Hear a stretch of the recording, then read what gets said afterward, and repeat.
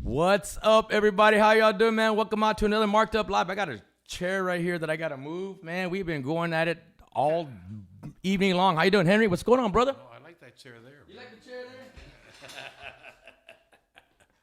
It's gone now. How you doing, man?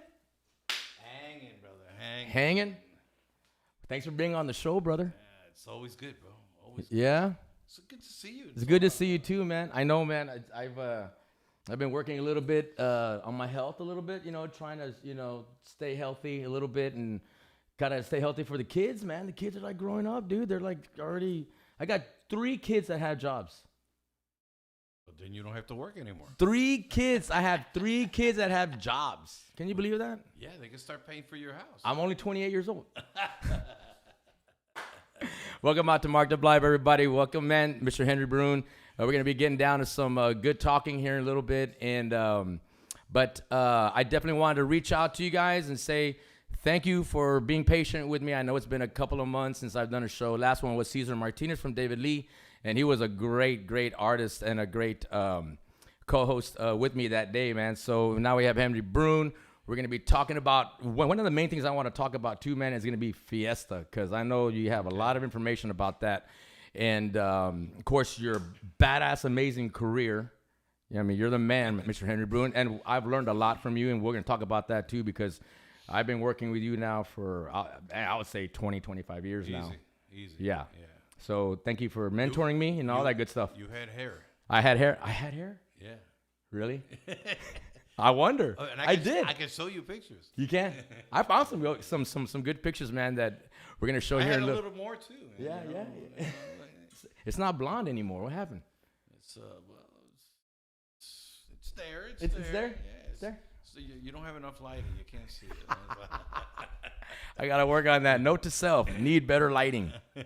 That's good, man. But, yeah, man, the family's doing good. I know that you have a grandchild. 2. Let's talk about the family a little bit real quick before we get going.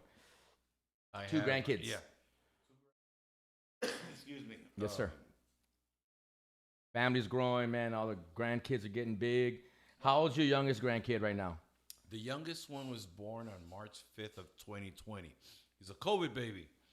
And now it's about April, May, June. So you're talking about he's 15 months old. 15 months old. He's a boy, the first grandson. And, I call him Bam Bam, man. Bam Bam. He's kid's unbelievable, bro. He's growing. He's like a little tank. Yeah, it takes everything. He's into throwing things, right? He's into throwing things? Yeah, so if it's loose, it's not bolted down, it's gone. Any of your percussion stuff out the window yet? Not yet. No? Once he start getting into that stuff, well, then there's a meeting. Then it's really dangerous. Yeah, I mean, I don't care. The thing is, you got to allow them to be able to touch and feel and play with them. Yeah. Everything's cool until he starts beating the shit out of people with them. Once he starts beating you with a cowbell, then you got a problem. You got a problem. A big problem. Well, not a big problem. It becomes an issue. It could be a problem later if he keeps on hitting people with it. Bing, bing, bing. My granddaughter, she's the love of my life. She's 6 now. 6. 6, and she's doing fantastic. I see her, a couple of days a week, so life is good. Life is good. Life is good. Gigs are kicking again. You guys are. Yeah, you said you had like 9 gigs a couple of weeks back, like straight back to back. They're coming around. That's good. They're coming around, starting to wake up. Of course, it's the smaller ensemble. Right. The international trio, the players. I was telling you, we got we went and cut some videos, which is incredible material, man. Smoking stuff. I'm still working on the edit part of it. The players probably will not come out playing until maybe, I think at the very earliest, July. Because even though there's activity right now, it's still, still reserved when it comes to, how many people can, can you have on the gig? Right. It's a matter of logistics and economics, and you're trying to play it safe. You don't want to go ahead and be, and I'm saying this, and it's an oxymoron coming out of me. Say you don't want to be in an environment where you have too many people. That's not necessarily true on my other gig, because the other gig has got 5,000-10,000 people per gig, like, so that's been a trip. But good. The good part is the energy's there, the positivity is there, it's in the air. The band's feeling good about playing again, or your trios. Yeah, everybody. It's a good vibe, That's what I'm digging about what's happening right now. Everybody you talk to will say it's so good to hear you. It's good to hear live music. I say, why don't you say that first? Yeah. I happen to be a default right now. Right. But once the scene gets back into, into its own groove, there'll be more options. But the fact is that there are options right now. Yeah. And I think that the scene's gonna come back even stronger. That's how I feel about it. I'm staying positive about the whole thing, but I do really feel like the scene is gonna come back stronger. It's gonna pick up, I would say just like it was right around October, November of 2019. See, December, I work against the typical calendar. Everybody wants to work in December. I like to take the month off. Yeah. That's where I go ahead and I pimp out the guys. people are calling me, hey, I need this. I said, well, yeah, I can, hey, this guy's available, that guy's available. I take it off. I spend it home, man, because I hit the ground running in January when nobody's working. Right. I'm busy. So, I just... You got to pick and choose your battles. If you want to keep up with the business, For sure. And I've learned a lot. And speaking of business, man, I've learned a lot from this guy. I think a big part I know a big part of my life, and I've told you about this before in the past. Yeah. There's a few people I put on this hand of people that I respect truly, and that I think are very amazing people. Number one, God. That's number one. Hey. Number two, my dad. Right. All right. Number three, my wife, my beautiful family. Henry's up there. Henry and Judy, you guys are right there on one of these fingers right here. So y'all occupy one of these guys, and it's because they took the time. When I was just getting into the scene, you brought me in. You said, hey, here's a good list of jazz tunes that you got to start brushing up on. I was real green, man. Stan took a whole bunch of time with me at his pad, and I go to Stanley's. So just y'all out there that are experiencing maybe some kind of little drought in your gigs or whatever, just remember, man, that if you're good to people, we've had our battles, we've had our ins and outs, man, we've had our little headbutts, you know what I mean? But at the end of the day, it's a growing process. At the end of the day, we're here. Yeah. Amen. Amen. You say that again. So what I want to do real quick before we get into the Fiesta stuff, you know what I mean? I want to go ahead and play one of your videos. So you want to set this one up, man? This one's going to be the Ain't Got No Thing. It don't mean a thing. It don't mean a thing. It don't mean a thing. Yeah. It ain't got that swing. Yes, sir. That particular album is so cool. When I recorded this album, I started it. The one thing about albums, man, you gotta be very cautious of anything you release today. I love the energy that is, that's communicated through productions that are original. Now, for the up and coming artists, it's a flip of a coin. Yes. You never know if it's gonna hit or not hit. On the jazz scene, I can speak with authority. Jazz and Latin jazz, definitely I can speak with authority. It's very dangerous to release an album of all originals only because people don't know who you are in the first place. And, what's the hook, line, and sinker? And what I call by hook, line, and sinker, there's got to be something that people can relate to immediately. The first thing is the cover, man. If people don't like the cover, man, you're SOL. That album ain't going anywhere. So my bald head on the front of an album ain't going to work? Well, it depends. If it's a black background and you put butterflies on it. I mean, hey, butterflies, chinga. No, it's all actually. Love it. If it's a portrait type, cover, it's got to show some sort of emotion. Right. You know. Yes. Don't just get the guy standing, in a under a tree with the gas station behind you and put that on the album. Even though I've seen albums like that. A Fina. Oh. Put the Fina on the back. Yeah, put the you're promoting them or you're promoting your album. Which one? Right. Exactly. And then these guys don't know how to smile. They don't know how to stand. Some of them are scratching. It's because they're serious, bro. You have to have that serious look, man. It's your album cover. So that album cover is not gonna go anywhere, man. Yes. So there's got to be something that attracts, and then on the selection of the music is very important. I speak as an artist. I speak as a composer, as an arranger. I speak also as a radio programmer. That's right.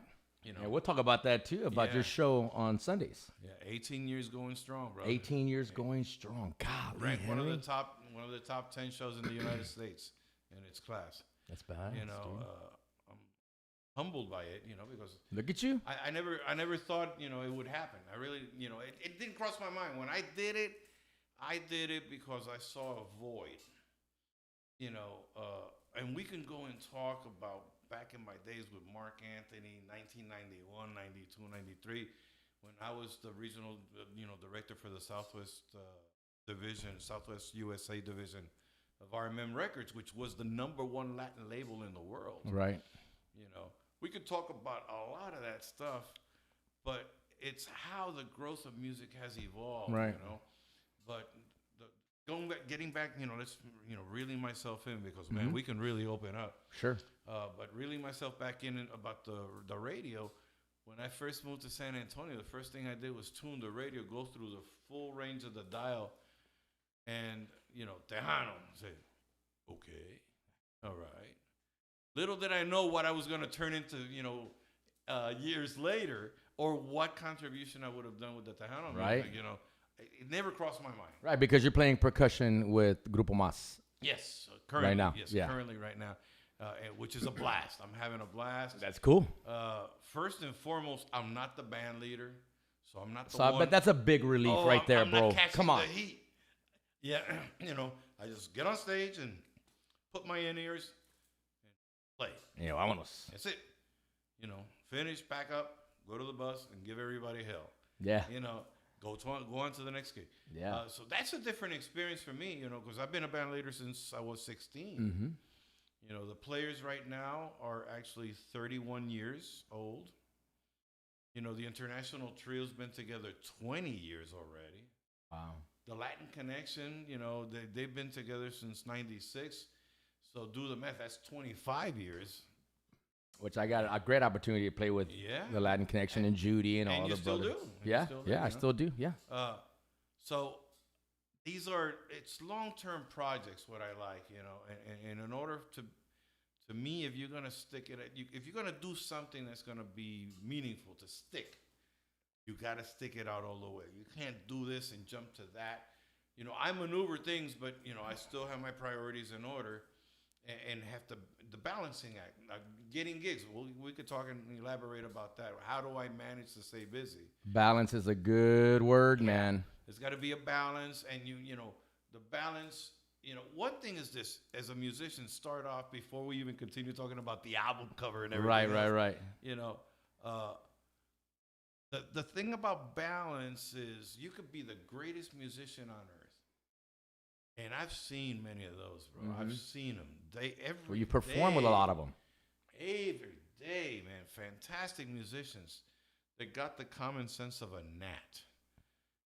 And I don't mean that in a bad way. I'm being honest, because the balance in music is about developing, evolving as a musician. Correct. But also evolving as a businessman, because to me, music is my career, and to make it a career, you have to turn it into a business. Dude. It doesn't mean you sell yourself. We're going to talk good about this in a little bit because you're intriguing me already. You don't sell yourself. Right. You're producing music that attracts to a particular demographic. Right. That doesn't mean you're sold out. Right. But that goes back to what I was telling you about the album. You go all originals, and the original part is very cool. It shows a brilliant side of you. as an artist, as a composer, arranger, whatever role you're playing, or multiple roles. Right. But how are you going to put that album in somebody's hands and for them wanting to buy it? And especially now. Yeah, now, Things are just so different now, man. Yeah, the digital era has changed the perspective. Sure. Nothing wrong with that. No. But people who tell me CD sales are dead, they're in for a ride. They have no idea. If that was the case, they said, vinyl started being phased out in the late 80s, early 90s. I would say through 97, 98, vinyl still had a chance. And then it dropped, and people were saying, okay, well, they're not coming back. Now, look at the trajectory since let's go back to the 60s, The 8-track, The 8-track was, man, that was the bomb back. And, first it started off with 78s. From 78s, they jumped to the 45s.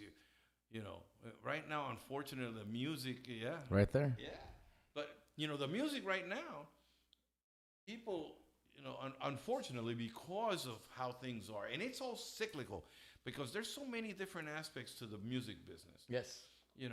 You went from having your major labels to having indie power. The indies it's that time. And believe me, mark my words, bro. I'm telling everybody out there right now, it's all cyclical. It's going to change. Don't anchor down because tomorrow's going to be different. Right. Yeah. So from 45s, then you went into the 33 and a third, LPs. Okay? Now, while that's happening, remember the same LP, the same size went into what you call the singles, being released in the late 70s, early 80s. And till this day, that still happens. Album disappears. The first CDs came out right around 1985, 86. That's when they officially launched. In 87, CDs were a hot thing. But in between the cassette that came in after the 8-track, in between the cassette and the CD were the ADATs, if you remember those. There were the DAT machines. Mini disc. The mini disc came out. And all of them were fantastic. Now the digital era took it to a whole different dimension. Yeah. Because once the CD came out, you went like, wow. But look at how things have changed. Oh, yeah. Everybody wanted to be digital. Everybody wanted to be so advanced. Now, people like myself, call me dinosaur, call me whatever. My albums, I'm very proud of the type of production, the mix down, the mastering on it, because they sound as real as they can get. Mm-hmm. It's not about perfection, because anything that sounds perfect means it was produced. Right. Overproduced. And overproduced. And overproduced again, because there's no such thing. If we were perfect, God would have us somewhere else. Right. We wouldn't be here. Right. So why is it that, we were so passionate about the digital aspect of it? Right. And then we turn around and now we record digital, but we're converting it to an analog sound for the mastering. You can explain that one to me. It's cyclical, brother. Nothing is. Man, nothing is, yeah. We got a badass history lesson right there. Okay, I'm going to show your video. Okay. We're going to show your video. Oh, okay. Like I was saying, I'm telling you, we got to. It's all good, bro. Next time we got to script it out. No, man. You know what, dude? This is Marked Up Live. You can do whatever we want, brother. All right, man. This particular album, I came out, the first album was my Under the Influence of the Masters of Music, for any of those that have any doubts where the title came from. It had nothing to do with, anything that, no recreational stuff. Mm-hmm. It was straight up under the influence of music, great music. That album sold right off the bat 81,000 copies, Nice. So, coming out, it was good. But not that I went into a dry spell.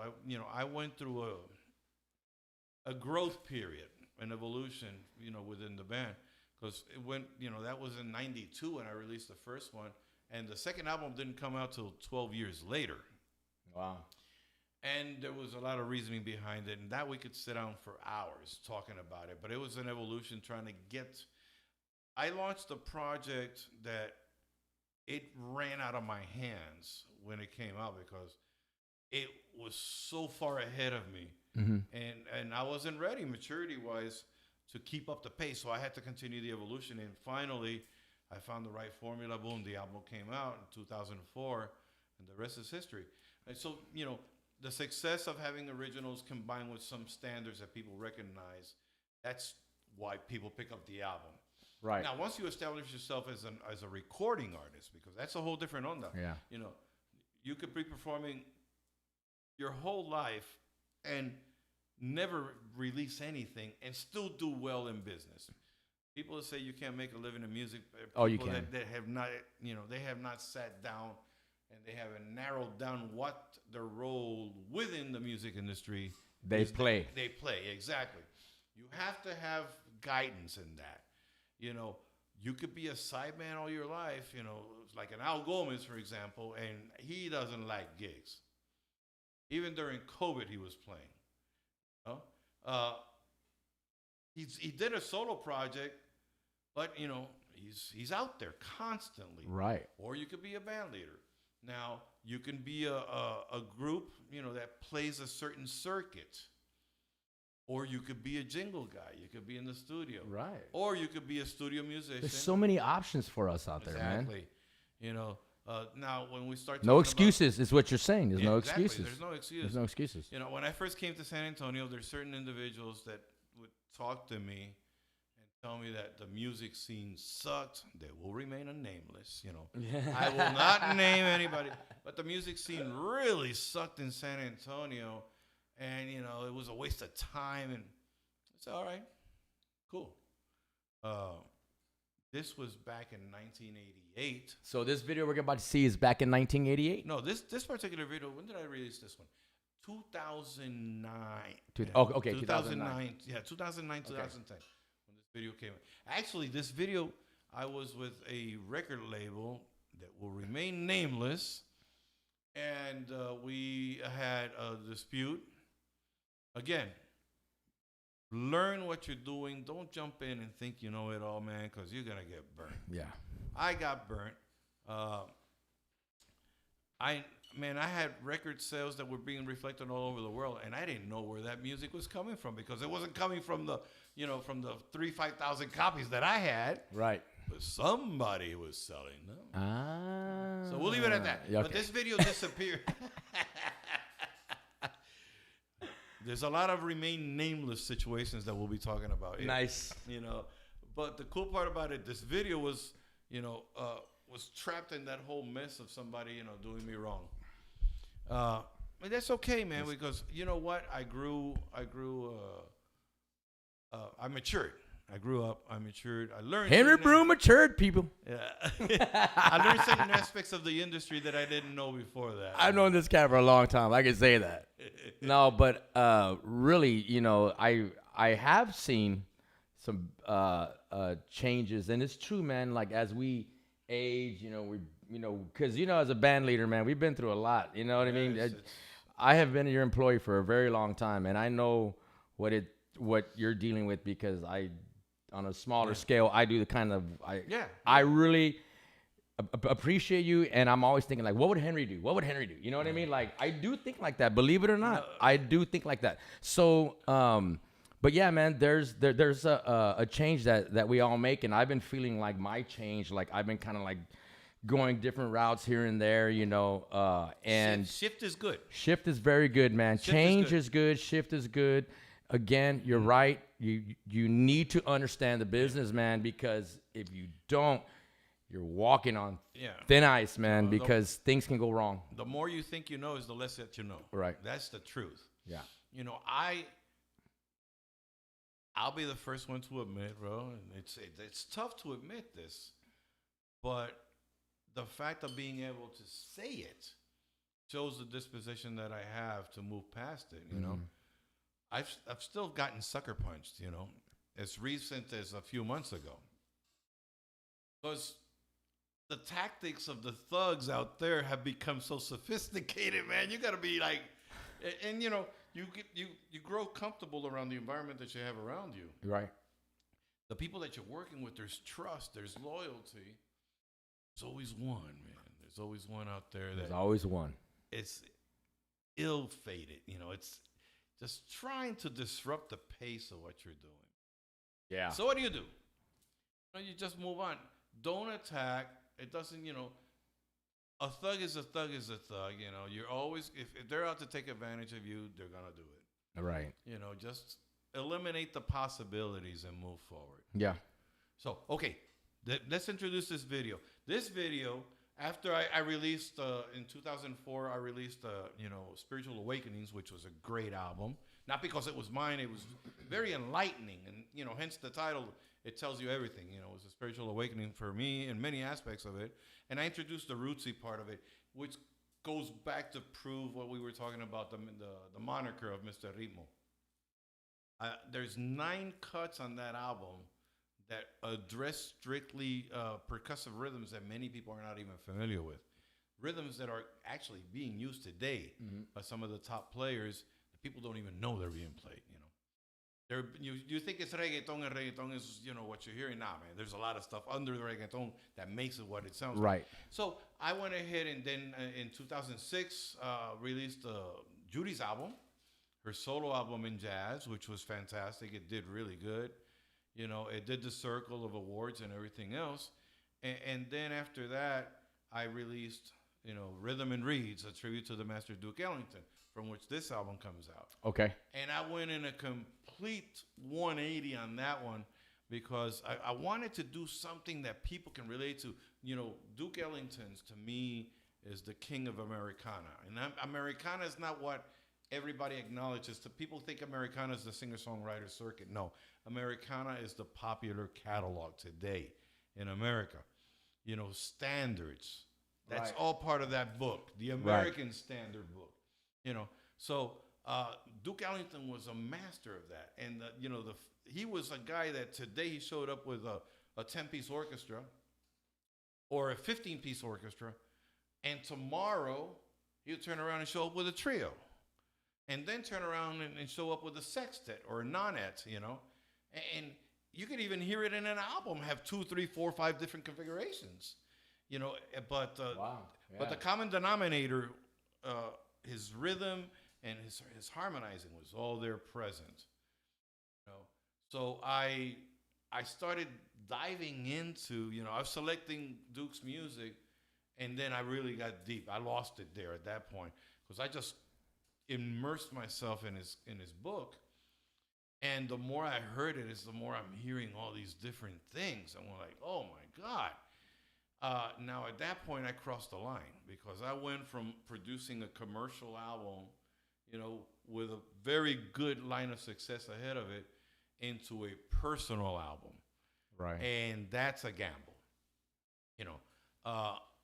but because you're playing music that you want to play the way you want to do it. Exactly. So it became a personal interpretation as opposed to music for the mainstream. As a programmer, I look at those albums. You got to be very cautious on how you're going to listen because you never know what's going to be in there. But what I did was basically get into Duke's psyche and how he started thinking about music.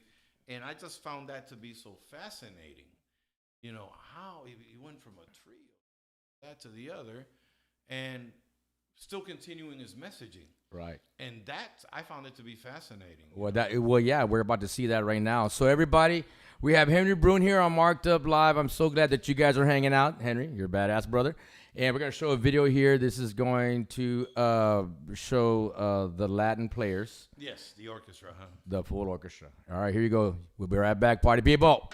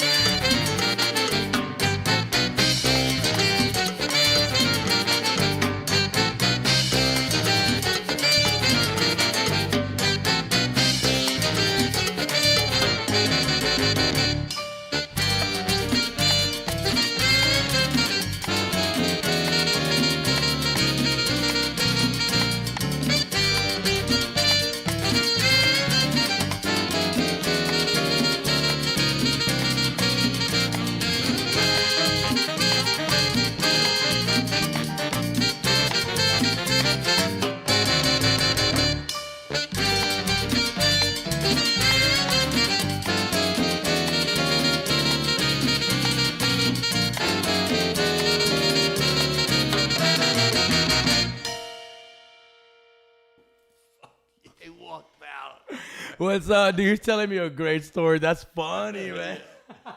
You talk the man who defied the odds, man. You know, he did. So, yeah, we're talking about some crazy musician stories and some of the things that we have to deal with every once in a while. Who will remain nameless. Who will remain nameless. Hey, but I want to step back. That was a beautiful song, man. That's great rendition, man. Talking about balance, right? We're talking about balance and about, and again, I promise you guys, we're going to get to Fiesta. I promise that. Yeah. But, coming from... We'll write the word down, balance. We'll balance. get back to it. You want to talk about Fiesta? Get it in there. So. Yeah, but, just like really quick, man. Because, I'm in the situation of like the business side, but you're also the musician. I think one of the best things that I saw, I think that just planted a seed in my head was that when we were touring with Alan Jackson with M.U.L, road manager guy. Oh, yeah.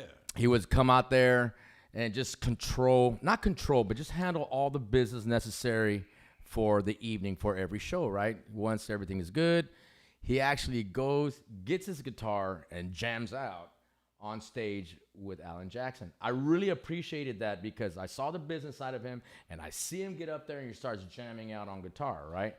And, but how do you balance it? Because you have quite a few things that you do on a normal basis, not including all the events and everything else that you do, and plus your gigs, but you have your radio show, you're constantly doing something.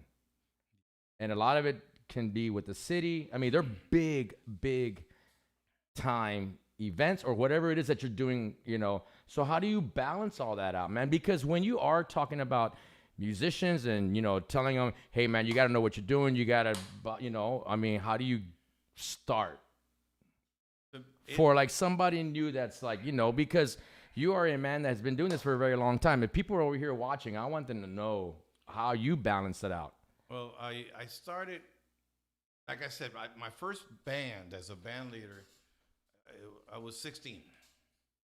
And I was already playing pro, because I went semi-pro at 11. I went full pro at 14. I was touring at 14 already. So 16, I knew enough of the musicians in the scene.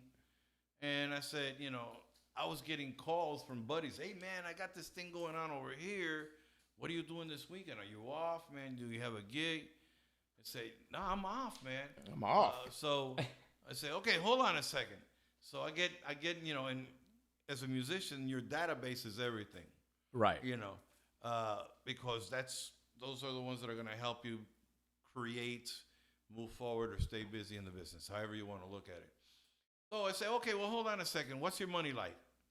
And you say, I know what the pay is at that time. So, okay, hey, dude, I can put a 7-piece together for you. We're cool. So I say, okay. So then I write the roster down. What are my 7 pieces going to be? It's piano, bass, either 2 percussionists or 3 percussionists. We're playing Latin music. This was in Puerto Rico, right? So, okay, now we got 4 or 5, So I got to have a vocalist. You got to throw the vocalist in there. Am I going to have a horn or not? I'm going to have a vibraphone. I'm going to have this or that. So you balance it out. Right. Make the calls, lock it in. Next thing you know, now I'm booking gigs, without even intending to do so. Same thing that happened with the radio. The radio, Aaron Prado, another fellow musician, fantastic guy. He was my piano instructor for a little bit. I'm sorry about your life. Sorry, Aaron. I didn't mean to name drop you. Aaron he's an great. Incredible musician. Great. And his dad, let me tell you a little bit about George before we get into Aaron. Mm-hmm. When I moved to San Antonio, before I moved here, I was doing the North Carolina, New York. Where are you from? Where are you from? I was born and half raised in the Bronx. The Bronx, New York. Okay. And then the other half in Ponce, Puerto Rico. Okay. So I was doing that whole eastern seaboard circuit. That's what I was doing. So I was up and down. Latin jazz. Yeah. No. At that point, I was playing jazz. Okay. And I was playing salsa when I was up in New York, D.C., Connecticut, Philly, New Jersey, and even all the way down to Atlanta. I was doing that circuit there.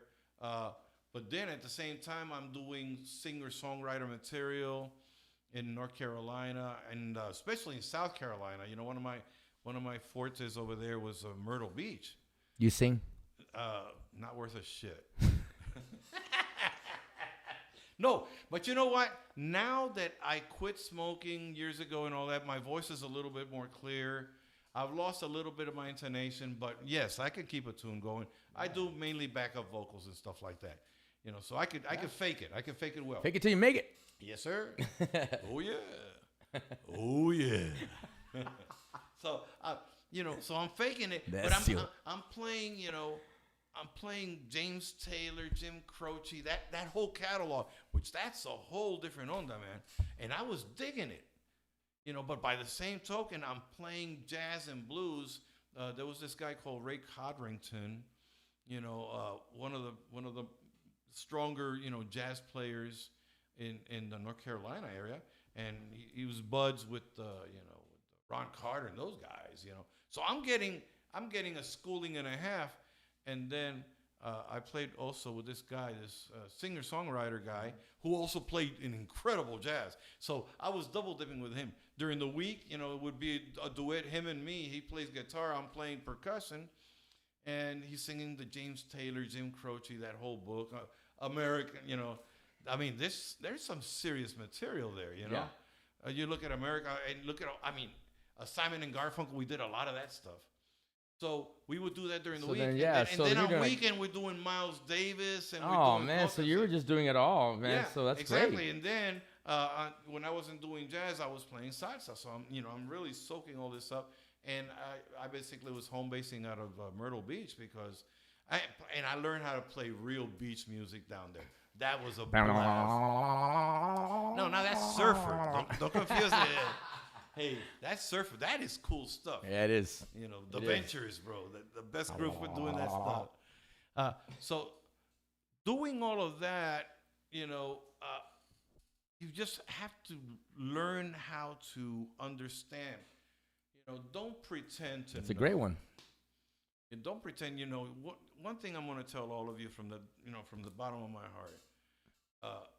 You have to remain as a student in order to grow. Yeah. You know, people that think, to me, and I'll be blunt. You don't know me for being anything other than, you know, I'm blunt and I call it like I see it. You know, and sometimes you may like what I want to say and sometimes you don't. Yeah. But for those of you that think that, you know, you got a system going on, some of them, oh, I'm the best musician in the city playing this instrument or that instrument. I know who you guys are, believe me. I'm very humbled. I was very humbled to be selected as the first music commissioner for the city of San Antonio. So I know a lot of you out there. Yeah. It was my job to keep the pace and make sure that, you know, the beat was going on. Right. You know, I retired from all of that because I decided to come, you know, to concentrate in Henry. Again, balance. Balance, you know. And you have to do that. You have to do that. A good 15 years, you know, volunteering for the community and helping, you know, the whole music scene in San Antonio, doing a lot of other things for everybody else. Hey, can you volunteer and come my yard? Yeah, man. We'll work it into the schedule, man. What more do you want? That's simple. It's that easy. But, you know, balance, what that means is you have to understand what you're doing and why you're doing it. You have to have a direction. You can't just randomly do 20 things because it's cool. Because at a certain point, one of them is going to throw the noose over more than one of them. Throw the noose over your neck and you're done. That's it. You're going to hang yourself up. Yeah. You know, and the worst thing is, you know. Don't bite off more than you can chew. Oh, yeah. More often than not. More often than not. Man, you will burn out, and that's a whole other ball game there, and you don't want to burn out. So humble yourselves. Never think you know it all. You just started. So, you know, I had somebody interview me about 6 months ago, and I've said this over the years, and I continue to say it. You know, I just started scratching the surface. I'm becoming familiar with what I've been doing all these years. I just became familiar with it. Isn't that weird? How it just kind of something just lights up, something just clicks. I understand it better. It means I have a better grip of it. Doesn't mean I know it all. Right, of course not. Doesn't mean I understand it all either. Yeah, but whatever wasn't there that wasn't processing that has processed now that it's like actually becomes tangible. It actually becomes something real. And makes you think You're that like, you know, oh, that's you know what it less is. than what you did before. Right. That's the trick. You know, okay, business. Like I said it earlier, you know, the business aspect of music, if you want to become a successful musician, you better sit down and take that part of it seriously. Yeah. Because it's not going to happen without it. Okay. Yes, you were putting the good example. When you were touring with Alan, Alan Jackson. Yeah, Alan Jackson. The cool part about it, you had this guy, super cool. He was the tour manager. He handled all that. I bet you he was running to the console, dialed everybody in. Once everything is done, he gets off the stage. Dude, he was always at the console. Yeah. And at the beginning of the night. Then talk, he goes ahead, breaks away. You guys are having a few beers somewhere. What is he doing? He's going to the promoter. So, bro, he got all Guido on the promoter. Give me my money now, or not gonna be cool later. Yeah. So he's taking care, and he's taking care of business. I'm kidding about that Guido thing. No, I'm not. So he's taking care of all of this, so you don't see him around. Right. Okay. Then he gets up and jams. Now he's playing the role of a musician. So now he took care of all of this. So not everybody's cut for that. No. Okay. And accept it. If you don't have it in you, it doesn't mean you're any less. Please, the capacity to be able to handle multitasks like that is very demanding on you, and it will take you down. It will bring you to your knees. Yeah. So if you can't do it, no biggie. Somebody else is going to. Just put 150, 200% of your energy into what you're doing. Into do what? It right. Right. Do it right. Don't pretend to, music. It's so simple. Okay. Somebody was asking me in another interview that I was doing here recently, how deep is my catalog? Okay, so I said, well, if I included, some of the, when I play with the Puerto Rico Philharmonic Orchestra, if you start including those type of catalogs there, my vocabulary would be easy 20,000 plus productions. Okay, multiply that times. And that's in your career's 40 years is your career? 47 professionally. 47 professionally? 47 years professionally. So you're a busy man. Yeah, I've recorded. You're recording that much. 865 albums to date. So then you're doing all these albums, and then you're doing all these productions, and you got your management. You got all these things going on. Yeah. You're performing. You're balancing. I love the studio. I love the studio, man. You can't take me out of the studio. What drives you?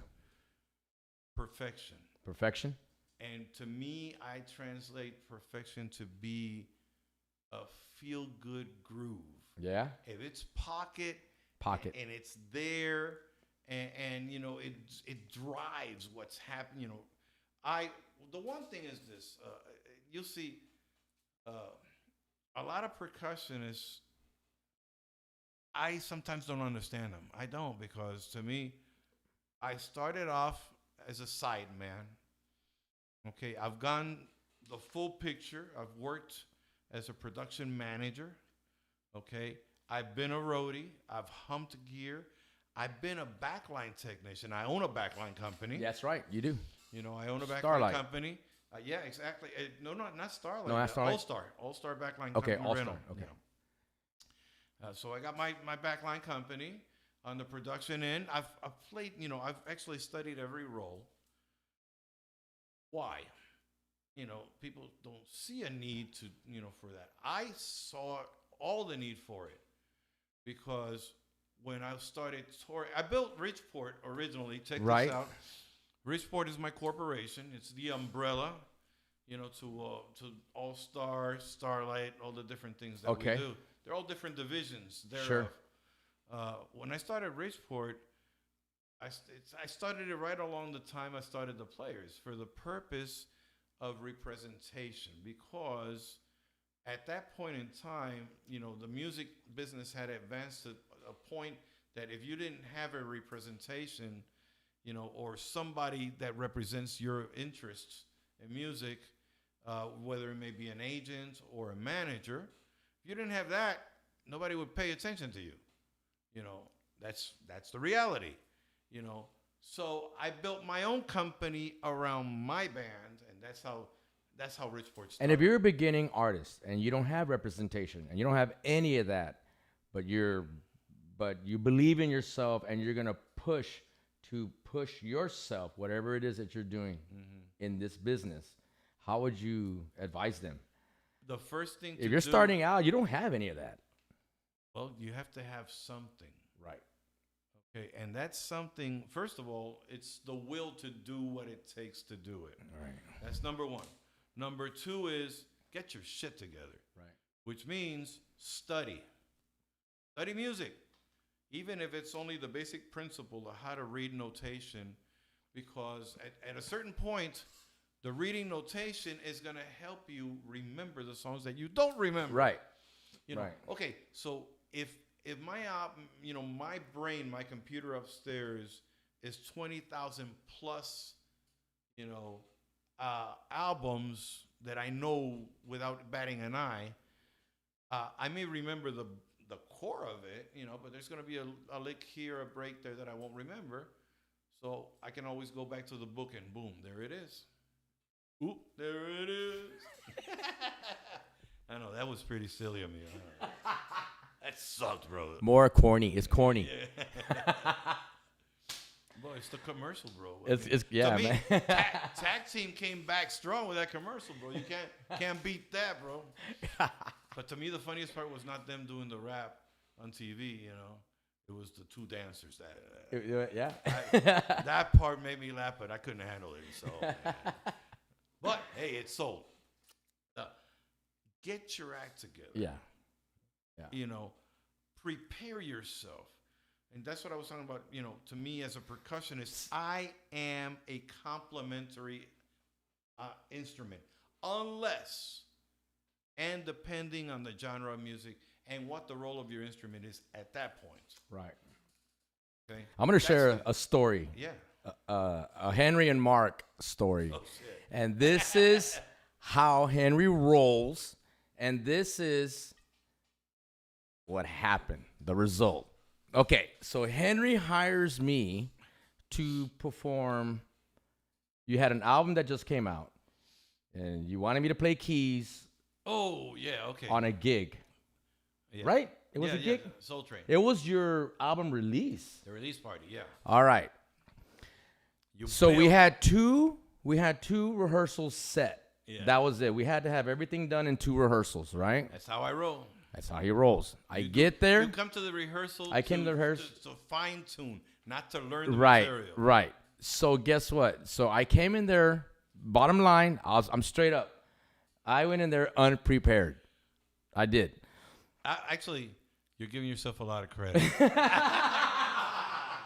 Gotcha. And literally, man, like he gives me a call the next day and says, "Hey, man, I'm sorry, but I just can't use you." I don't even think he even said sorry. He just says, I can't use you. You didn't come prepared. I gave you the music. You had everything, and you blew it. You blew it. Basically. Yeah. Well, not basically. I mean, I don't know if you said those words or not, but it definitely meant that. It definitely felt, I let you down. No, I used a few more colorful, words. Yeah, for sure. The adjectives were a little bit more colorful. Yeah, they probably met the same color as your glasses. Yeah. Or worse. We're on fire. Yeah. Nah. But it was a great. I'm telling you, man, it was a great lesson learned. Really, hey, don't get me wrong. That shit hurt. I was angry. I was pissed. But when I calmed myself down and I realized and I started thinking about the whole entire situation, it was my bad. It was definitely my bad. I mean, obviously, or else he wouldn't have been firing me. But at the end of the day, we're still here. We're still working together. We're having a great interview right now. You see, man, you just got to go through those punches, man. It's all good. It's all good, man. You have to be pliable. You have to accept the unknown. Right. Again, preparation is everything, bro. Mm-hmm. I recommend those, even if you're just playing for fun. Learn a little bit of notation because the notation is going to keep you in check. It is. Playing by ear is great. And, I started playing by ear I started right around 6, 7 years old, playing by ear. At 9, I saw I wasn't cutting it because there was a lot of things that I wasn't capturing fast enough. So at that point, I enrolled myself in La Escuela Libre de Música, Juan Morel Campos in Ponce. And for those of you that are familiar with the Ponce, Puerto Rico, in La Escuela Libre de Música, that's home to Papo Luca, home to Hector Lavoe, to some of the greatest musicians in Latin music today. Some of the legends came out of that school. So, and I got a story. No, I got to say this one, bro. Uh-huh. So I enrolled in the school, right? And I wasn't sure. I had already been playing percussion, but I wanted to formalize. So, What does that mean, formalize? I wanted to prepare myself on a principal instrument. Again, Oh, got you. It's Okay. been my perspective of how I think about percussion. Yes, when it comes to Latin music, your congas, your timbales, your bongos, man, those are principal instruments. They're not just auxiliary stuff. Right. But I was thinking beyond that because, in 1974, when I went pro full time, yes, full time, okay, and going to school. When I went pro, at that point, my mind was thinking jazz, and I was listening to Weather Report, Return to Forever. I was in a fusion mindset at that point. So, and there's no way you can understand, how that language comes to be unless you have some, you got to have some knowledge in there. Right. So I'm enrolled in this school. Put me on the trumpet. I was a little squirt, man. Skinny, scrawny. Trumpet, dog? Yeah, bro. I love the trumpet, but I wasn't cutting it. I didn't have the maturity for it, first and foremost. Second, it's a physically demanding instrument. I wasn't prepared. So they went ahead and they said, well, let's take them out of the brass for now and put them with the, what I call the girl instruments. Yeah. So they gave me. What the hell? This is how stereotypical, people can be. When a girl wants to be in the band, they don't give her a pair of sticks, or give her an upright bass, man. They give her a flute, a clarinet, an oboe. We need a trumpet player. Can you play trumpet? Yeah, they gave me that, and I'm like, I'm not gonna say. I have to reframe myself as I would really like to express, But this is gonna stay in the cyber world, so I'm trying to be cool. So check it out. So they bounced me through all these instruments. The last instrument they gave me was the tuba, which was 3 times my size. So they already knew I was gonna quit. And basically that was the intention of the professor. He didn't have the patience to sit down and explore what was making my heart tick, right, or what was in me that drove me to be a musician or wanting to be a musician. And the son of a gun went ahead and actually, I would like to use son of a bitch. Yeah. There you go. That one? No, the asshole. He basically ended up telling me, maybe you ought to go into sports. You don't have what it takes to be a musician. Those are true words, bro. And you're telling a 9-year-old kid, to give it up. Yeah, basically. I was heartbroken. Mm-hmm. So I'm walking down the hallway because you got to go to the principal's office and unregister. In other words, pack it up, go home.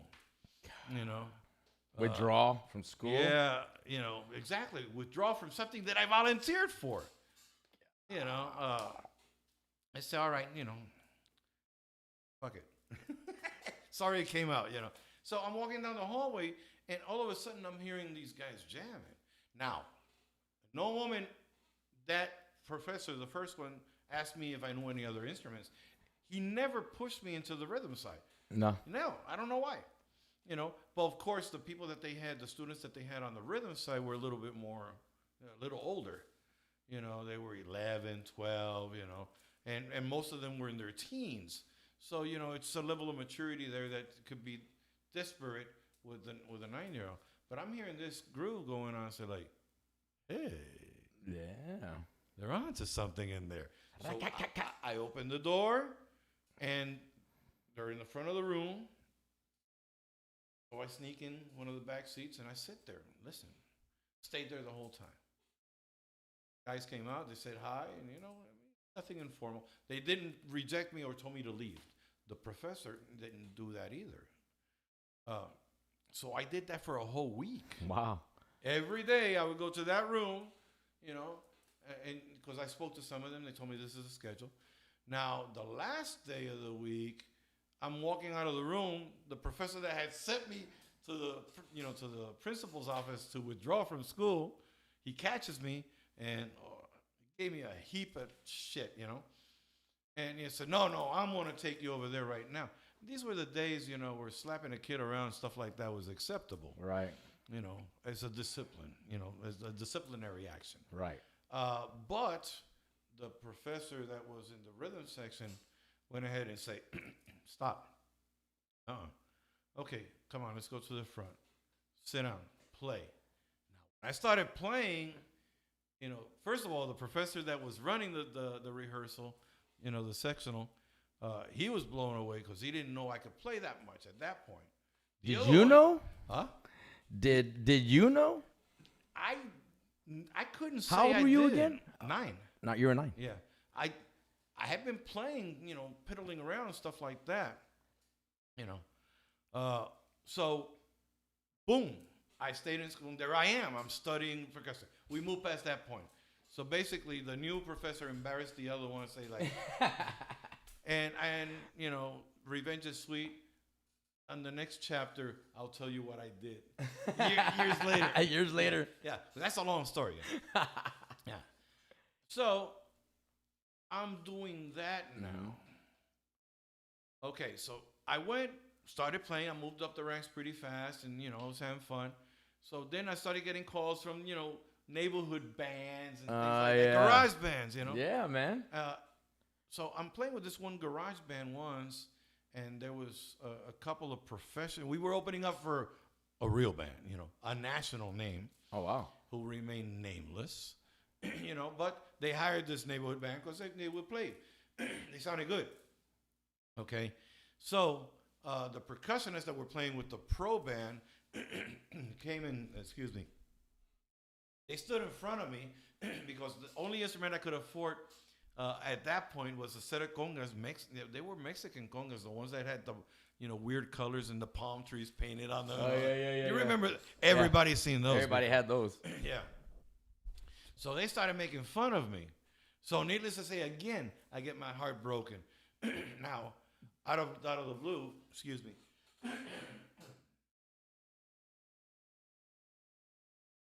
Out of the blue, there was a guy that came out of nowhere and asked me, "Do you want to learn how to play percussion the right way?" And I'm going, "Of course, yeah." So after these guys were mocking me, this was like in May because it was graduation parties, man. There's parties all over the place, and that happened during the graduation party. And I was really heartbroken then because I was a little bit older, so I took it a little bit more serious. So I went ahead and I took the opportunity, and Mom, very protective of me, met him. She screened him. She gave him she gave him the green light. And this guy literally lived with me, okay, from like 8, 9 o'clock in the morning till about 5 o'clock, 6 o'clock in the evening, 5 days a week. And we did that through the whole summer, 10 weeks. So when I came back, my chops were stupid. At that point, I had really, really, learned. Yeah. I got to meet the guy. We did a lot of crazy things together, which are totally unrelated to. But, it was an experience for me. Now, this is the weird part. So the same crazy band that these guys were making fun of me, we do the same round again. Okay? You're doing the same round again. We're opening up for the same band for a different engagement. Okay. So at that point, his name is Willie Valentine. This guy is, I call him an angel. I really do. And I dedicated my first album to him that I released in '92 with the Players. I dedicated it to him because he appeared out of nowhere, and I'll tell you in a minute. So I took my Mexican congas. You know what we did? He said, we'll hook this up. Okay. Mom and dad didn't have the money to pay for them, So my tia, Tia Eva, she financed them, and I was paying her $5 a month. The congas were $180. I think that's what it was, something like that. I paid the congas off in like 5 months, 6 months. Yeah, making some money. 5, 6 months, you're talking about $30 versus 180. Yeah, I was making money. Yeah, man, you're making some money. So Willie and I, what we did with the congas, we took thinner and peeled off all the paint, sanded the drums down. Okay, we went ahead, varnished them, and they looked like genuine Cuban drums. Nice. Turn around, sold those for $250. See, I'm like, I'm a baby. Okay, so I'm realizing, my first transactions, business transactions in music, how it happened. And I took that money and then I put it on a pair of Gombops congas. Again, mom and dad couldn't afford it. So Tia Eva comes and finances. Now I'm financing 2 Gombops drums. That's $700 at $5 a month. It would have taken me, till I graduated, from university. So did you use that $250 that you got from? Yeah, we took that $250 to put it down as a down payment, and she financed the rest of it. Badass. Okay, which is $450, and same terms, So now when the second time around comes that I'm opening up for the same band. Now I got a better set of congas than that conguero had. That's part one. Okay, part two was Willie taught me something that I never, ever thought of being so influential in my life. And we started, as I'm progressing with the basic foundation of rhythm, he started teaching me the foundation of solo structuring. Solo? Yes, Soloing on percussion. That's why I stress the study aspect so much when you're saying prepare yourself. Correct. The solos do have structures, believe it or not. A lot of people go, oh, yeah. What's vocabulary in music? It's language. That's what it is. Riffs, particular articulations, execution with your hands that are above and beyond what technique. Technique will tell you the route that you're taking, but you could do certain nuances that will create certain effects on the drum. And basically what Willie was doing, he was forming me to be who I am today. Yeah. Nice. To develop an identity, because as a percussionist, you have to, if you want to stand out, you got to develop an identity as a player. And I'm blessed to be able to have done that. Yeah. But this last gig, so first we laughed at those guys, and then I had invited, say, you know what, I want to bring Willie onto the gig to play with us. And Willie was an older gentleman compared to us. We were, teenagers. I want Willie to play, and he came and played, and I told him, I'll split my money with him. Money wasn't an issue at that point, which was a fabulous thing in my life, because till this day, and I say it, and I'll be blunt about it, if you play for money, man, you're barking up the wrong tree. Quit while you're ahead. Yes. Because that's selling your soul. Yes. It's important. It's a factor, but it shouldn't be the determining factor. Right. A lot of people will say, well, I won't play for less than this or less than that. You know what, bro? Stay home. I tell the guys, so those that think they're stars, man, I love them. I adore them. I respect them to a certain level, to a certain point. But the stars belong in the sky, and they need to stay up there so I can play more gigs. Yeah. Yeah, The more stars is the more gigs I can play because well said. The stars are up there. They're not playing the gigs because that's below them. Right. You know. So Willie sets up this one song for me to play my very first solo professionally on stage. Okay, how old are you here now? I was 11. 11. Yeah.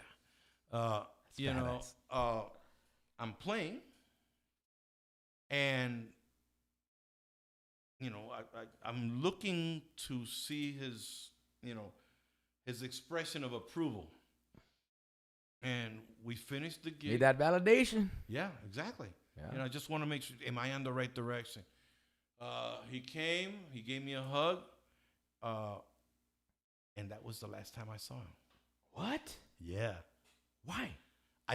Remember, he showed up one day, Okay, yeah, that's right. Yeah. Yes. So he's teaching me. Wow. We finished that gig. I never saw him again. But to this day, that's the man that shaped up my career, my life in music, And he taught me the foundation, rhythm, pocket, the discipline. If I don't want to criticize percussionists out there. Yeah. But I'm playing with any ensemble.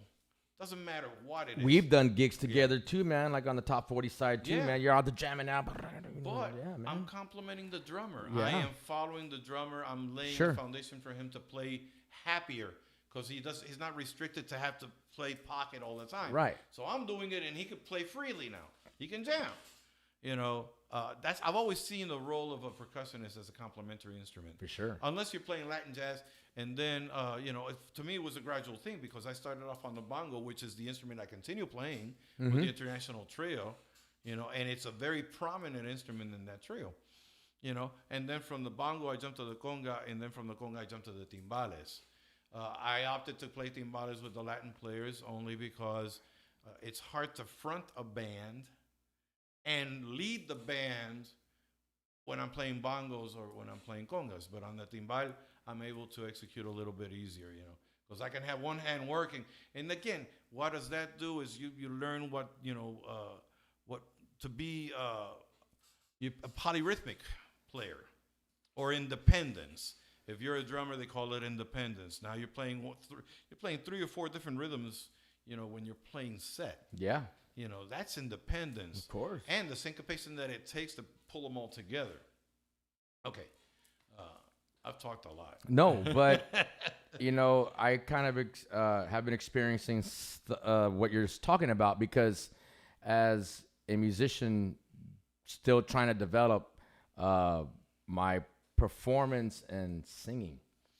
Oh, yeah. Doing those two things right there, and I'm stretching out a little bit more and more, it's a lifetime. It takes you the entire time. And I'm continuing to do so. It's a lifetime. You hear that? It's a lifetime. It's a lifetime. It is. Like, for example, me playing with Maz now, it's an amazing experience, I've recorded over 400 Tejano albums. Okay. Some people will say, "Are they that many?" They are. They are. Believe me, there are. They are. And you. That's a good one. There's that many. Really? Wow. No, but the wow factor. I told you earlier we were talking about Maz, right? But you see the typical percussionist playing percussion in the Tejano band, and their approach is like on the cumbias. They're playing the cowbell with one hand, and they're playing the congas with another hand, and neither one of those instruments drives. Right. So, and remember, a lot of this music that's being played, I've recorded, and I say this is the way it was done, and this was the reason it was done this way. So I try, I can bounce from one instrument to the other, but playing both of them, that makes you a jack of all trades and a king of none. Right. Now, I lay a solid conga, the drummer's grooving. Believe me, it opens up a different dimension. Oh, for sure. But it's preparation. Yeah. That's what it does. And it's that awesome individual, that man that came over here and kind of just... Willie Valentine out of the blue. Valentine. I call him my angel because if you think about it, he appeared out of nowhere. He set you up. Yeah. He gave you a great foundation. He came out of nowhere And when my first solo, you know, and he thanked me, you know, for being appreciative. And he also thanked me for studying, you know, for just paying attention to what he was teaching me. And then he disappears, bro. So you prepared. So like it wasn't like Marc when he didn't come prepared to your rehearsal. You prepared for that solo. Yeah. I mean, it was 10 weeks, you know. Wow. And it's the foundation. You got to develop a vocabulary. Yes. You know, and it's not repeating the same riff, man. You know, okay, well, I have a sort of an advantage. I got a point of advantage because as a radio programmer, as an on-air host, I listen to thousands of songs on a radio. Thousands. And I'm not exaggerating. I listen to an average of easy 5-10 new CDs a week. Okay? And one thing I've done, unlike many others that will remain nameless, I find the best that I can in the CD to help that individual who's took the time, hard-earned money to send me the CD, to give him some airplay and some notoriety. Give him that push because nobody gave it to me. Willie was the only one. After that was Rocky Road, but hey, people told me, what are you doing here? I remember hanging out in the streets in the jam sessions because that vocabulary, that street language, you gotta know it. You gotta know it. You gotta know it. It talks to you too, man. I would take that street language and I convert it into a sophisticated manner that I could present it in formal stages. Right. So, you know, you got the... But you never want to play more than you can. No. Right, because that's another thing too, man, is I think that's something that a lot of us will do. Oh, yeah. Is we try to play... Sometimes we're overcompensating. Sometimes we're trying to just play more than what really is called for. Remember what we started the conversation with. It's cyclical. It's cyclical. The cycle of a musician in the growing phases, right? So you got this guy, you know, I'll use myself as an example. I can make fun of myself all day long. So, man, I learned this and I learned that and I learned the other, man. I get the opportunity to go to an audition, you know. Totally immature, don't know what an audition is all about. So the guys are playing a song, you know, and I put every possible break and everything that I knew about percussion all in one song. And at the end of the audition, they told me, man, Henry, thanks a lot. Don't call me, I'll call you. And of course, I didn't hear it, but they never called me. They would have been foolish to call me back, you know, right? Because that would have been an approval of my stupidity, my ignorance, my immaturity, you know. Yeah. But we all grow. Less is more. Less is more. All day long. All day long. All day long. Okay. For real. Yeah. All right. I got some really cool like guests that are coming and hanging out with us, everybody. So Kathy Matas, Sarah. What's up, Sarah? Sarah's our singer for X Factor. What's up? And we have a lot of visitors here. Let me see. Timothy Johnson. Tim Johnson. Yeah, man. Tim Villanueva. Rock and roll, baby. Yeah. And let me see. Sarah's doing good. I brought the mic up, guys, so thank you for letting me know. And let me see. Christopher Arocha, great interview. All right, Chris. So, yeah, man, we're having Henry Brun here, man of the hour. He's a great inspiration in my life, motivator, purpose, all that. All those words is this guy right here. And I don't know how in the hell you can still just keep going, brother, like the way you do. Well, it's amazing. Balance. It's balance. Hello, Irma. You know, never sit comfortable, but never overdo it. Yeah. Okay. Rick. You'll never know what your capacity is until you push yourself to do it. Now, to me, the biggest strength of a man is to know his weaknesses. You know. And that applies to music all the way around, period, you know. Where you understand your weaknesses, you can actually use that to your advantage as a strength, you know. And I've done that, you know. I've done that. Like capitalizing on your weaknesses? Yeah. You turn around. If you know this is your weakness, how can you use that, turn it into a positive, a strength? My man. Yeah. It's that simple. It is that simple. But it's not that easy. Simple, it doesn't mean it's easy. But the decision to do it is very important. That's the first step. Yeah. You know, and if what you don't understand, work on it. Yeah. Work on it. Work. Yeah. I live, breathe music. You know, I'm fortunate. I have a spouse, my partner, a friend for life that has allowed me the space to do it. It's not easy. No. I've been married 4 times for various reasons, mainly music, because I've been focused, and that's what I wanted to do. When that one guy told me at the age of 9, when he told me I could not ever be a good musician, that was a very defining moment in my life. And I proved him wrong. Yeah. But not for him. I did it to myself. You did it for yourself. Yeah, for myself. Yeah. For yourself. Yeah. To myself, man, because, you know. That's true. It works both ways. That's right. That's right. The thing about it is, if you're going to do something, don't quit. It's too easy to walk away from something that's difficult. Yeah. And what you're doing is doing an injustice to yourself, because that becomes, unfortunately, that actually becomes a pattern in life. Yeah. With everything else that you do. So now we're talking mindset. Yeah, exactly. So you know, I said, I'm going to get it done. I'm going to figure it out. And it's up to me how I advance or not advance. You know, and all these years, fortunately, have paid over the years. You know, it really, the investment, the time, the effort, the sacrifices. You know, the guys are getting together. Hey, let's go and party, man. Let's go and jam. Say, no, I got it. Yeah. You know, I've never identified myself as a street musician. I've always identified myself as a study musician, because it didn't come easy to me. Or so I think, you know, because there's some people, you know, will actually beg to differ with what I just said. But the understanding that I have is all based on the foundation that Willie gave me in those 10 weeks that we studied. And God bless his soul wherever he's at, man. He was the man. That's cool. It's one of those myths that you tell people, and people say, you know, it's street legends, you know.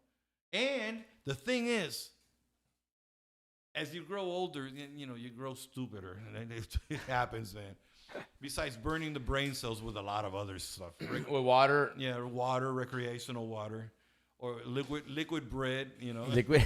I learned that one when I went to Puerto Rico now. Residente, you know, the guy from Calle 13, he's got his own beer on the street right now. Called Residente. And then on the can, it says liquid bread. Everybody loves bread, man. This is liquid bread. That's like classic, man. That's my dad doesn't like bread because he says it's depressing because of the carbs. It makes him feel depressed. And the news. Oh, shit happens. Right? Sorry. Danny Get over it. Hey, man, I want to show some of these pictures, dude. Uh-oh. Yeah, man. Okay, this is us at the Market Square, bro. I literally went digging through an old hard drive because I knew we had some pictures taken together, and I don't remember what event this was, but this is all of us, and we talked about Al Gomez earlier. Yeah, I see and that's his hair. Al right there. I see his hair. Yeah. So there's Judy, and this is your wife. It's a smaller ponytail now. It's a smaller ponytail? It's thinned out a bit. Hey, at least he's got a ponytail. He still got a ponytail. At least he's got a ponytail. Look at this shit. Well, you have one, bro. You just got to draw it in. Yeah. So this is us. I think this is Mariachi Bar, dude. This is like Mariachi Bar right here. It is. And there's Judy. Yeah. There's Judy right there. Yes, Hi, sir. Judy. That's another amazing, wonderful woman that I learned a lot from. And I still continue to learn from these people. I love them so much. All right, let's see. Let me see what else we got here. We got another one here. Let's see. Oh, why isn't my controls working, Henry? What happened? What'd you do? What'd you do, man? Not yet. I haven't. You know, did you do something wrong? The prankster in me has not come out. I'm trying to be. There we go. Oh, that's a cool picture, dude. Look at that picture. Okay, that's Jorge Alejandro. There's Henry. There's Javi. Garcia. That's my cousin Javi Garcia. And Al Gomez, Alvaro, and Fat Mark. See, that's what everybody calls me. They call me Fat Mark. Fat Mark. No, Old. no, I mean, no. old Mark. That was Hairy Mark. Hairy Mark. Yeah, I had hair, dude. Look at that See, shit. you got hair there, bro. Look at that shit. That's badass. Okay, let me see. Okay, I definitely wanted to show this one. Wow. I had to show this one, dude. Okay. And y'all made us wear these things every once in a while. Those little ruffle things. Is that Judy's fault? No, it's just part of the trick. It's part of the thing. So those are some of the themed parties that we would do. Exactly, and they call for that. But you know why that picture is so it's precious to me. It's very precious. Ben, he's current. He's back playing piano with me and the players. Great. He's just totally mind-boggling. That's cool. He's the head of jazz studies at Temple College right now. So nice. he's running that program up there. Nice. And that's one of the reasons why he stopped working down here, because he would, Ben was commuting, and Ben was commuting. He would come down Thursday and drive back home on Sunday with a wife. Then when they had Claire, the first baby, the wife told him, like, "Hey, dude, we got to talk about this, In that voice? Yeah. Hey, dude. Say, hey, dude. She's really cool. Say, hey, dude, we just got to talk about this a little bit. So that's where Travis came into play. But in that picture there, bro, the late, great Pete Ojeda, I still mourn him, man. I miss him. As a matter of fact, I was talking to one of the top producers in the city this past weekend. Not this past weekend, man, on Tuesday. I was in the studio, and there's projects there that we can't fathom the thought of not knowing how to move forward, because Pete that had the magic. Right. Soul Tren Latino, that was Pete all over. That's Pete all over. And I've been wanting to do a second version of it. People have been asking me. That album broke into American markets. Cool. Nice. Playing Latin music in hardcore, very, very restrictive American markets where they say salsa. Do you have the chips to go with it? That kind of, because they didn't know it would. Yeah, they don't understand. But that album had the magic to be able to, to work its way. Yeah, to cross over, right? Or huge, Yeah. That album was playing in markets like Michigan, Montana, Wisconsin, not their typical market, Ohio.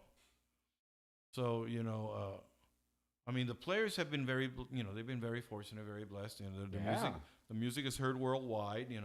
It's been played, and we've toured all over the world. Yeah. The music has been played, in over 100 countries.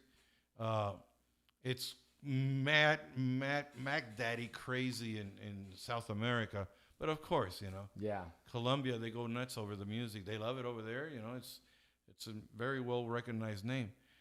But to me, to break into these in small markets, on top of that, small, not large markets, small markets, which is even twice as hard to break in.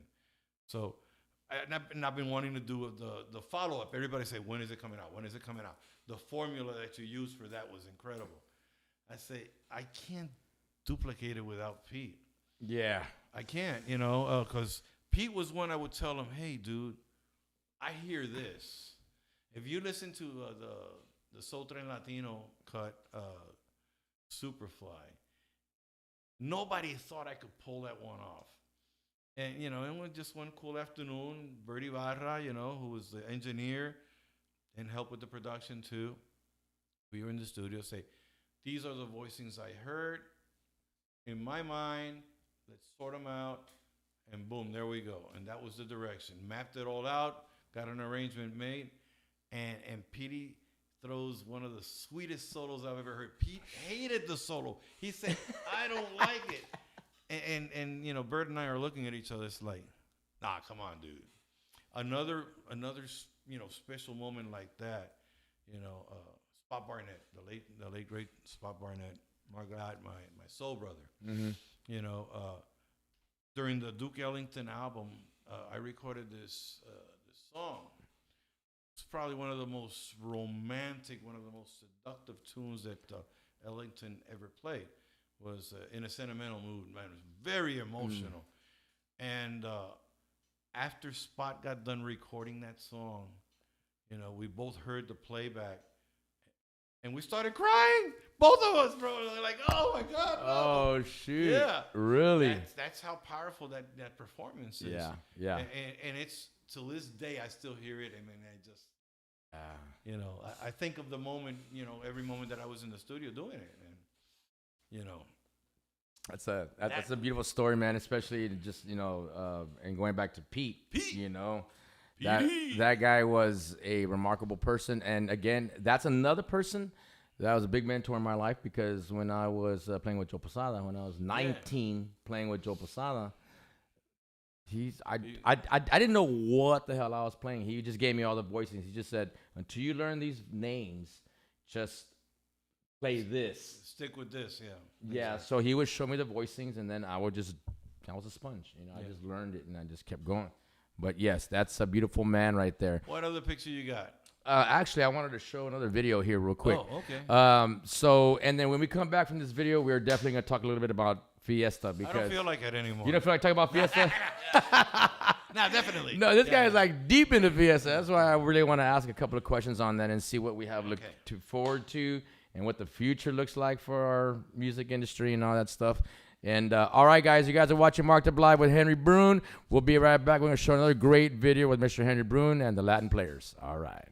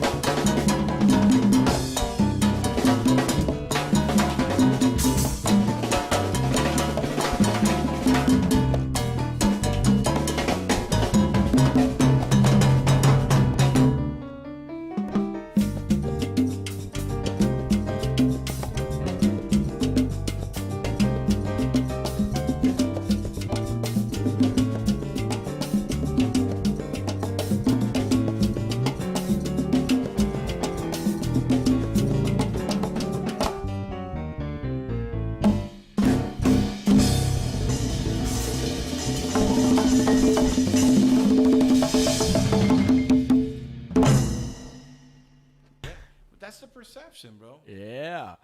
Yeah. All right, man. We're having some great conversation over here, brother.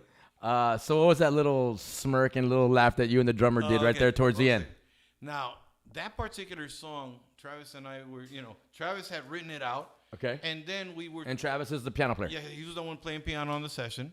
To give you a little bit of background, Travis Davis was playing the piano on that session there, and he wrote the score, and then Ruben Rodriguez, Marc Anthony's bass player, was the one playing bass. The one on timbales is Victor Rendon, a dear friend of mine. Victor and I have a very unique relationship, When he moved to New York, I was moving to San Antonio. So he's become one of the foremost educators in New York City, and he's a great player.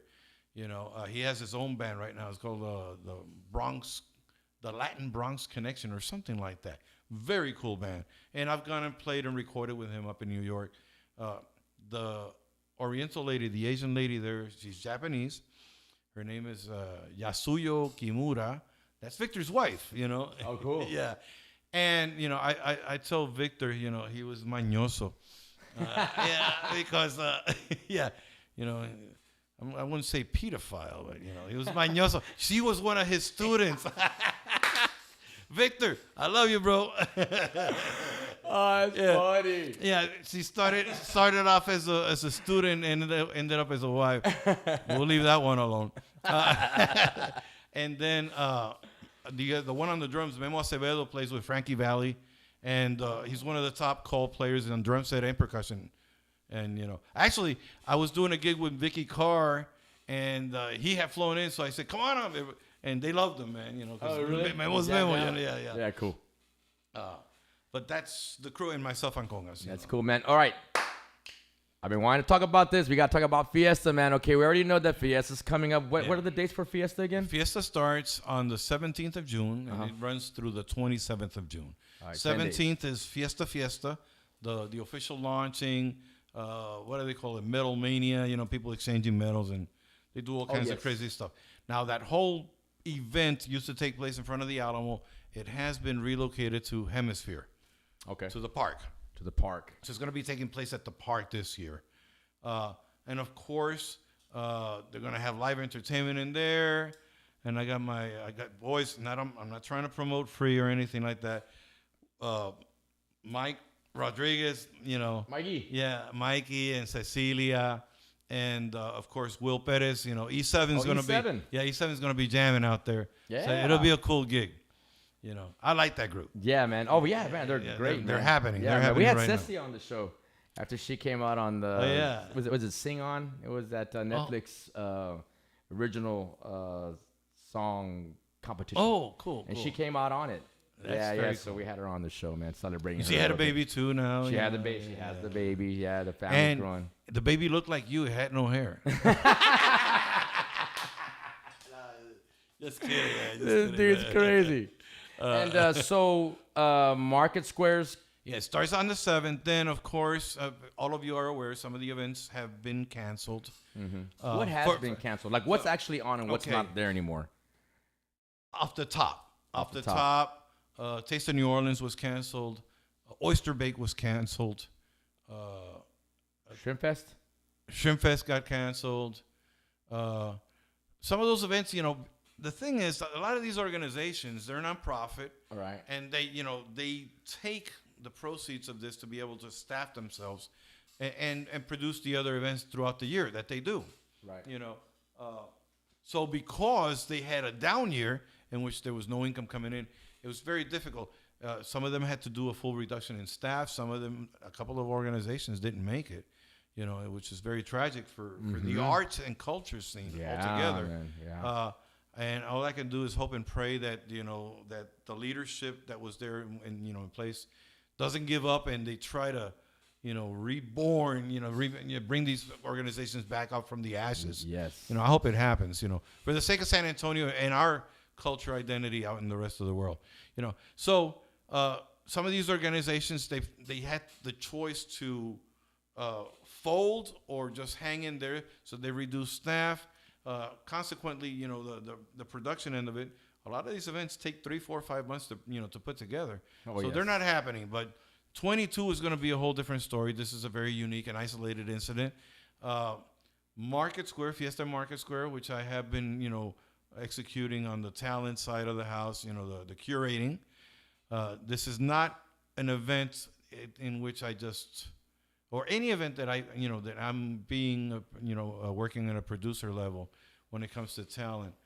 I don't just pick bands at random. The bands or the ensembles that go and perform, or artists, they're selected for a purpose. So, I like to curate, I like to produce an event that has sense.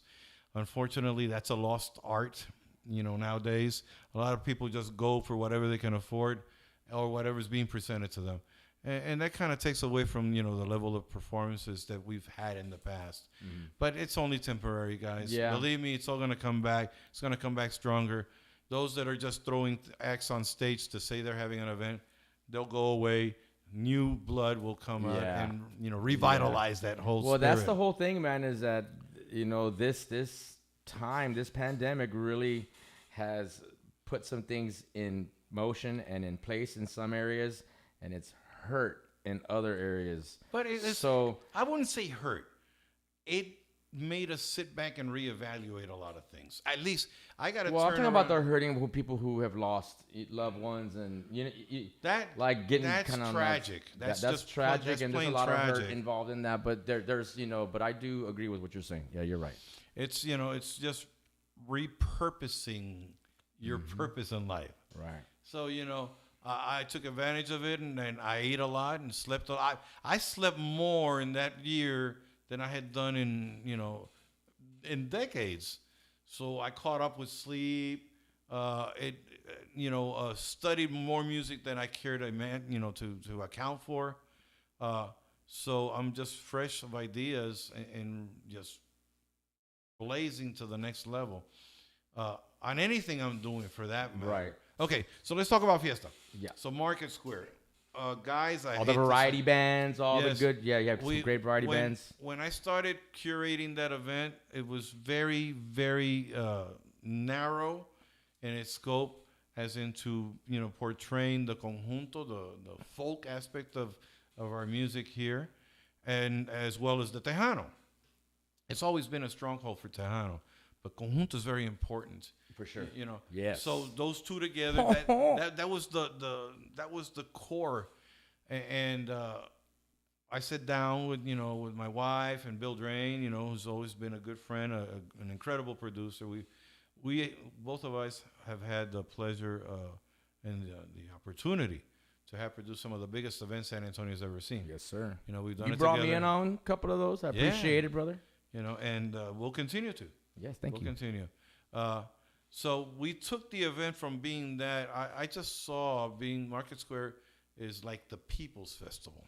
Yeah. So my purpose in life was to take that to the people level. Yeah. And make it open to anybody who wanted to hear music. Right. You want to hear culture. Let's not talk about it as music. Let's not pigeonhole it into a name, but come and enjoy a multicultural experience. Yes. And that's where the event is at right now. And I hope, if I do the part, that it maintains that. It's so crucial that aspect of it is kept, in its intact form. Right. Because that essence is not, it took years to build it up to that point, and we'll if you miss the boat, man, it's not going to be good, because then we're not being real to ourselves. Mm-hmm. That's why it's so important to me. I pour my heart and soul into that event, and it's so cool because you have multiple stages going on. Yeah, you got 5 stages, right? 5 or 6 stages? We lost the community stage. Which one's that one? Is that the one in the middle? The one in the middle, yeah. Yeah. The community stage to me was so important, and to Judy and to many others. It was so crucial, because that was a developmental stage. It offered an opportunity for the youth to have an opportunity to be on stage for the first time, to experience the love of an audience that was there to listen to music, and opened up a lot of doors to musicians that are actually professional today. Yeah. In the 17 years that we've done it, That's what that purpose of that stage Dude, was. We don't have it this year. The reasons don't matter; they're irrelevant. Right. But we could tack it. In order to make it all sound good.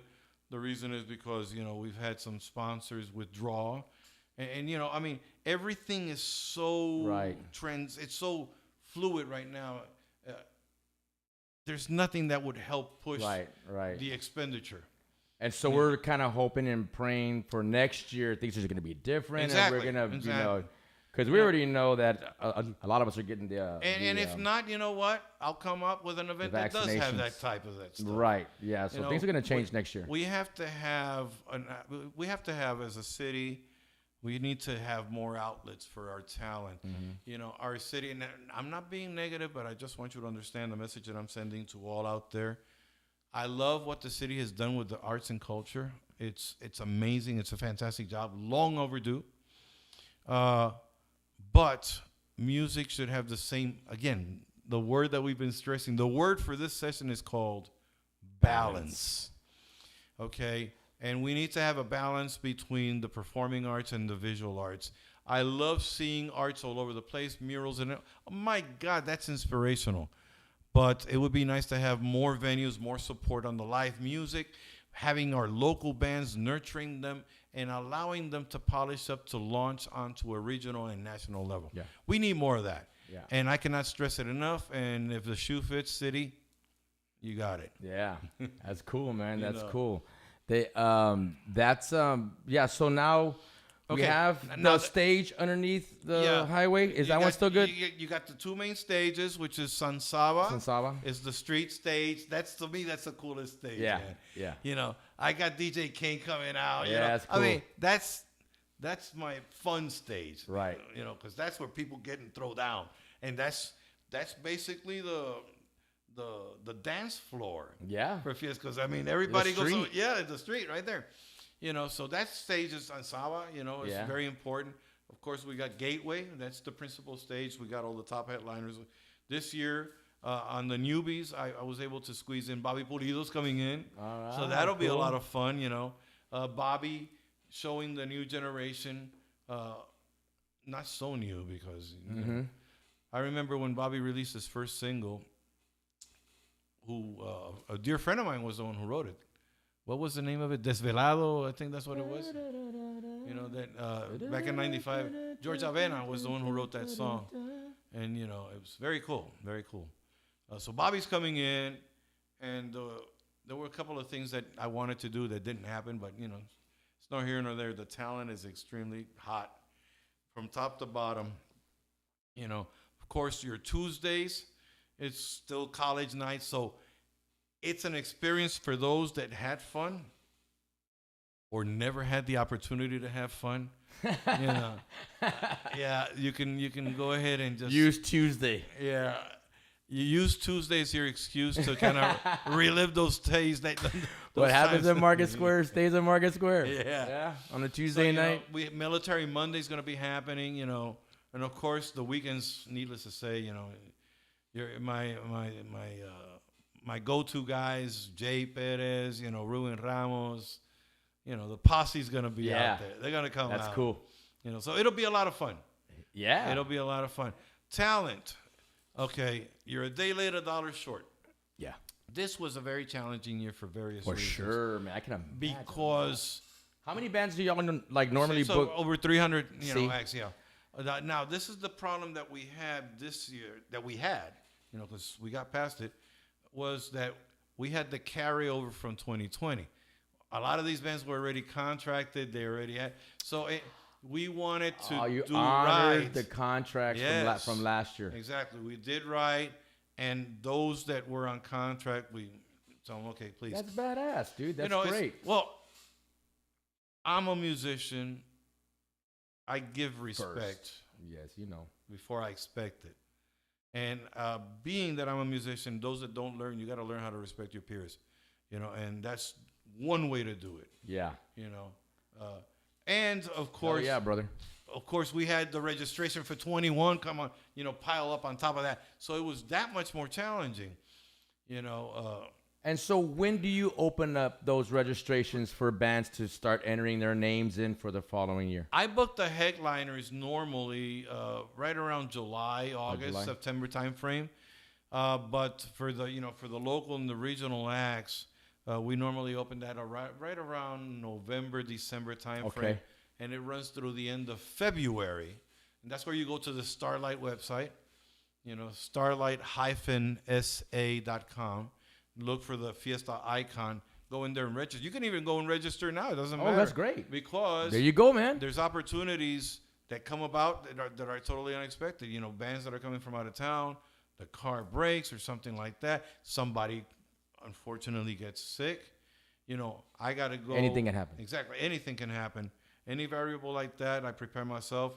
And if you didn't get to participate, if you register now, we can turn around and you get automatically put on a waiting list. Yeah. That system is designed that way. So you get rolled over into a waiting list, and that call may happen. Yeah. So, never give up. And, of course,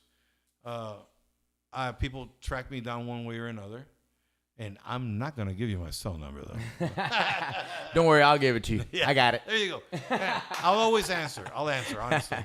Yeah. But, register and now, again, preparation. When you're registering for Fiesta, now, first and foremost, those of you that have the impression that you're going to go ahead and play in Fiesta to make money, yeah, you're barking up the wrong tree. Yeah. That's not the purpose for Fiesta. The purpose for Fiesta is for us to showcase our culture, our music, and how fun we are as a community. Mm-hmm.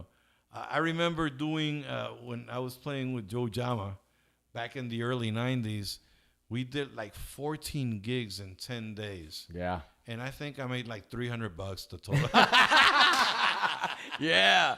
That's a real musician. Oh, rock and roll, man. That's badass. Oh, yeah. We were all over and had a blast, Judy was pissed. No, we weren't married yet. I was in between marriages. Yeah. Yeah, no, but, the thing is, we had fun. Yeah. That's what Fiesta's about. Yeah. Again, and I cannot stress it enough, please don't allow yourself to fall into that trap that, you're going to get rich and all that. Yeah. Because you're playing for the wrong purpose. Yeah. And if you have the attitude of saying, I will not leave my house for anything less than, I would highly advise you to reevaluate that. Mm-hmm. Like I said, when I moved to San Antonio, people told me, oh, man, this town sucks. You can't make a living. I have no complaints. That's right. I'm touring internationally. I've won Grammys. San Antonio's been good to me. Yeah, man. So I love those who hate San Antonio because they're not gigging and I am. Yeah. And then, expanding on what you were saying about, when y'all submit, your names and stuff, you know what I mean? Like, I already know, I've been doing the Market Square. I haven't done it in a few years, but I've been doing Market Square with you for a long time. Yeah. I understand. You got to give me your best pitch. Man, there is going to be fighting the traffic, unloading your gear, going through all the bullshit with your gear, into a heavy crowd. But you know what? I do it. And I love it, dude, because it's my thing. Well, that's the only gig, unless I'm doing it for like my band, where I'll like take a hit because I just love Fiesta, dude. People love to see their own be part of. You see, this is where everybody becomes part of. Yeah, man, all my buddies come out, they're like, hey, what's up? And you see them in the audience, see all the musicians hanging out, Fiesta. Bouncing from stage to stage, having fun. Yeah. Quit complaining and join. Yeah, just in enjoy the happiness. It. Yeah. Join in because you won't regret it. And if it's not your cup of tea, I totally understand. Yeah. But don't put it down. Yeah. Don't put it down. Yeah, there's a lot of musicians. And I will say this, man. They're like, I don't want to go. It doesn't pay enough, and there's all this traffic. You gotta roll. Everything that I just said. And they will refuse to, or not refuse, but they just won't do it because they have too many it's this and that and this and that, when really it's just like, man, if you just kind of let go of some of that stuff and just go enjoy Fiesta. Wait, but then why are you complaining about not having gigs? That's right. That's now, right. They don't understand, and I'm gonna throw some true facts of what's happened there. I've seen bands traveling from as far as Arizona and New Mexico coming in. Idaho. Of course, there's not a lot of money there, but in merchandising, they're walking away with $5,000-$10,000 in sales. Come with your brand. Yeah. And your branding. Yeah. This is an opportunity for you to showcase your act, your shtick. Yeah. This is it. Take advantage opportunity of it. And just sell your merch. And people from all over the United States fly in to come and see Fiesta. People travel from all over Texas. Yes, they do. So you never know. I've seen bands come and perform and walk out signed to labels. Hey, how are they?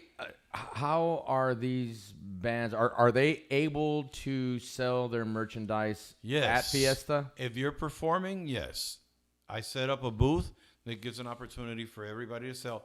And one rule I established from the minute I started curating and directing the whole talent aspect of it is the effort that you put into your branding and your merch, that's all 100% going to you. That's great. I don't keep any of it. I don't see the purpose of it. Right. It's, to me, it's unfair. Right. We don't have enough money to go around anyway, so why am I going to take more of your money? Right. Right. So when they are going there on a low budgeted type thing, So you want to say, hey, you know what, you guys, you're bringing your merch, man. You're putting in the time. You're putting in the work. You're branding yourself. Go for it. Yeah, exactly. It's badass. When you're applying for it online, again, I announce it's Starlight LITE-SA.com, and look for the Fiesta icon on the main page. Click on that. It'll take you to the some informational page and a tab for you to register. Hit the tab. It's like anything else. If you're gonna sell yourself, I give you 45 seconds of my life to give me your best. Yeah, that's it. One thing I learned about music, and this is important for those of you that are into the recording. I know we're bouncing a little bit around, but I need to say this because we talked a bit about it. Original material, familiar material that people. An anchor is an anchor is an anchor. That's never going to change. Oh man, I love this song. I bet you they did that. That's a cool band. I bet you they did a great rendition. Boom, that's a sale you got in. But when you're putting your material together, and I'm telling you from a programmer standpoint, okay, if you don't sell me on your song in the first 15 seconds, your song doesn't have it. I hate saying it, but that's the honest. And what I just did, my analogy of how I go about evaluating music is industry standard. They give you 10 seconds. If they don't feel the hook right there, you got to give me something to want to continue listening to the rest of the music. Yeah. That's the key. Please keep that in mind because it's going to make your career a 180, completely 180. 180. Henry, check this out, bro. Oh. This is, look at that, dude. Everybody's been signing my guitar. Wow. Will you honor me, brother, by signing my guitar? Yeah. Sign it in the back. In the back, under the bridge. Hold I on. always say that, right? Give me a screw so I can lift it up and I can sign under that. Sign it in the inside. All right, man. Henry Brun, everybody. You can just find a spot wherever you want, brother. There's plenty of area in the front or the sides. This has been a great interview. As a matter of fact, man, I haven't had an interview, like I said, since Cesar Martinez from David Ligata, and that was about a month and a half ago, 2 months ago. And I've been really excited on this show, and it hasn't been nothing but exactly what I thought it was gonna be with my brother Henry. And man, first of all, I want to say thank you, man. And we got to do it again because there's a lot of great stories that I know that you have, and you've been such a huge part of this whole scene in San Antonio. You're helping it grow. I really, really hope, and this is something that I've told you for years how much I respect you, but I really, really hope that this this show can help the musicians, the talent that we have.